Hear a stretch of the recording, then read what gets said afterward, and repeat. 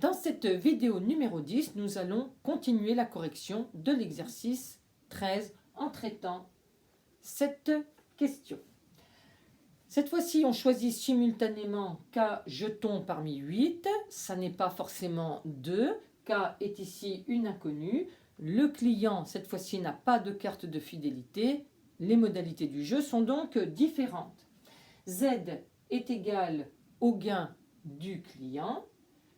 C'est une variable aléatoire dont on vous donne la fonction de répartition. C'est un exercice un peu inhabituel. D'habitude, on part de la loi de la variable aléatoire pour construire sa fonction de répartition.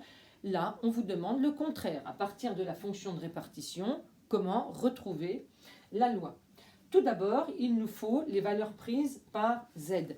Ces valeurs, puisqu'on est dans le cas d'une variable aléatoire discrète, ces valeurs, ce sont les points de discontinuité de la fonction de répartition. J'en vois 3 en 0, en 1 et en 5. Donc, Z de oméga est égal à 0, 1, 5.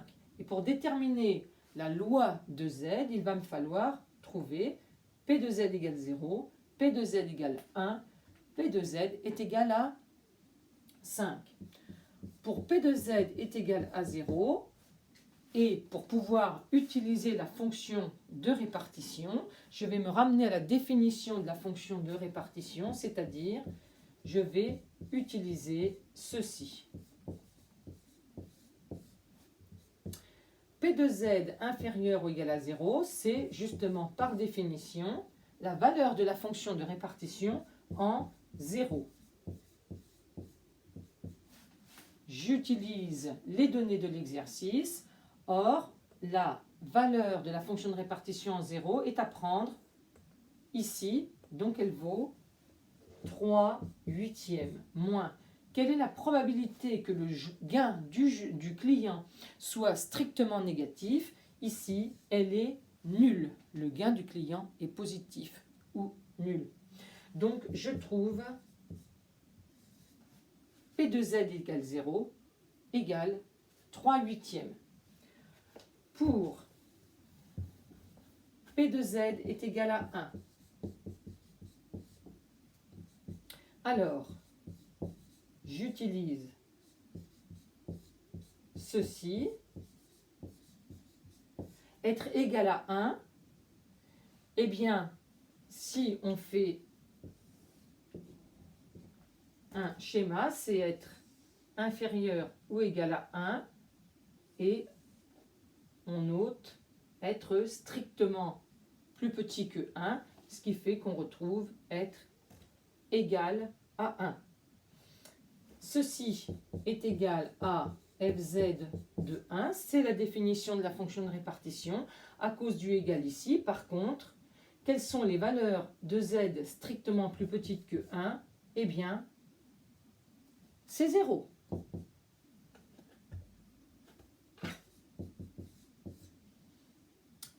Comme on vient de calculer P de Z égale 0, je vais prendre pour 1, fz de 1 est égal à 55 sur 56 moins la valeur trouvée précédemment est égale à 3 huitièmes. 55 sur 56 moins, on multiplie par 7, 21 sur 56, on multiplie par 7 en haut et en bas. 55 moins 21 est égal à 34 sur 56, c'est-à-dire 17 28e. Voici la deuxième valeur. Quant à la troisième, même raisonnement.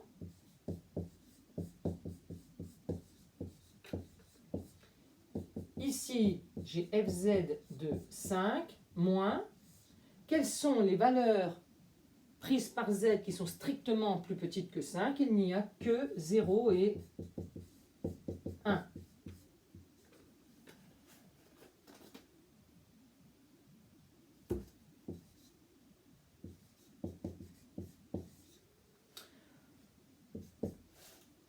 Fz de 5 est égal à 1 moins 3 huitièmes plus 17 sur 28 et calcul fait, j'obtiens 1 sur 56. On récapitule ce que j'ai effacé, c'est-à-dire P de Z est égal à 0. Et j'avais donc P de Z égale 0 égale 3 huitièmes, P de Z égale 1 égale 17 sur 28 et P de Z égale 5 égale 1 sur 56. La somme de ces trois probabilités est bien égale à 1. L'espérance de Z, il s'agit de calculer la moyenne pondérée des valeurs prises par Z.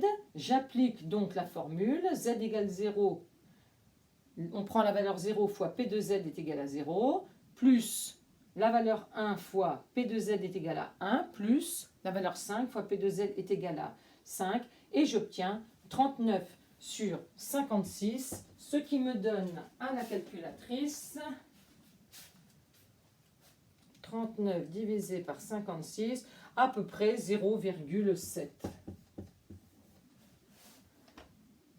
Pour avoir l'écart type, il faut que je calcule d'abord la variance. Et pour calculer la variance, je vais utiliser cette formule.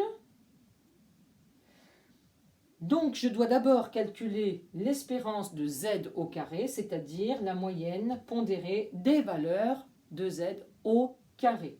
J'obtiens 59 sur 56. J'effectue ce calcul, surtout ne pas prendre de valeur approchée trop tôt, on s'éloignerait trop du résultat exact.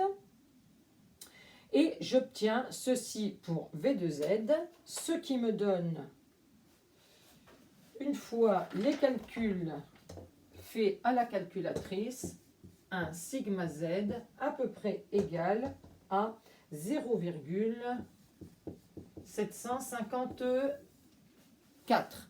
Voilà ce que j'obtiens comme écart type. À bientôt pour la suite de la partie B.